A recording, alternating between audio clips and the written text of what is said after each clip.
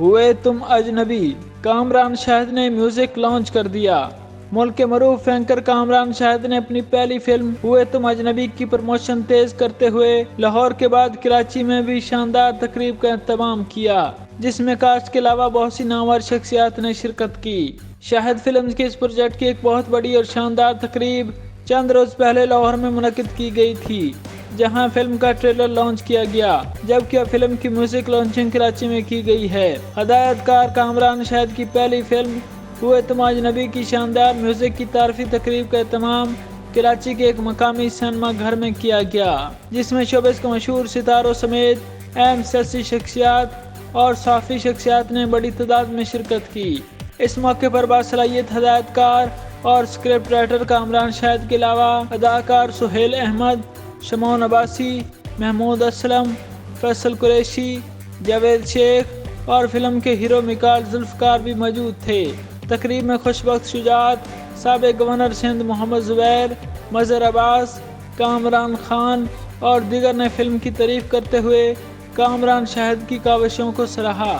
بین الاقوامی شہرت یافتہ گلوکار علی ظفر کا گایا ہوا فلم کا ٹائٹل سانگ ہوئے تم اجنبی کی ویڈیو حاضرین کو دکھائی گئی۔ بین الاقوامی شہرت یافتہ بانسری کے ماہر اور میوزک کمپوزر باقر عباس کے کمپوز کردہ اس گانے کو علی ظفر جیسے شاندار گلوکار نے اپنی سریلی آواز میں پیش کیا ہے۔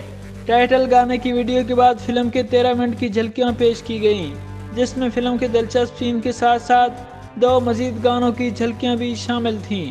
اس رومانوی داستان میں صوفیانہ موسیقی کی ملکہ عبدہ پروین، باقر عباس، سائر علی بگا، نجات علی اور نوید نشاء جیسے لیجنڈز کی دل کو چھو لینے والی موسیقی کے 11 شاہکار گیت پیش کیے گئے۔ علی ظفر کے علاوہ عبدہ پروین اور عاصم اظہر نے فلم میں اپنی آواز کا جادو جگایا ہے۔ شاہد فلمز کی پروڈیوس کردہ ستاروں سے سجی محبت بھری یہ رومانوی داستان پاکستان اور بھارت کے درمیان 1971 کے منفرد اور تاریخی پس منظر میں فلمائی گئی ہے۔ پاکستان اور بنگلہ دیش کے درمیان 1971 کے منفرد اور تاریخی پس منظر میں فلمائی گئی ہے۔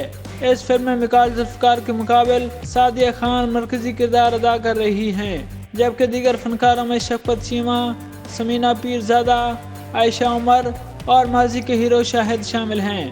تقریب میں اداکار جاوید شیخ کا کہنا تھا کہ شاہد حمید کی طرح ان کے بیٹے کامران شاہد نے بھی ثابت کیا ہے کہ وہ صرف اچھے اینکر ہی نہیں بلکہ بہترین ڈائریکٹر بھی ہیں، کیونکہ ہمیں فلم کے ٹریلر میں کوئی کمی نظر نہیں آئی۔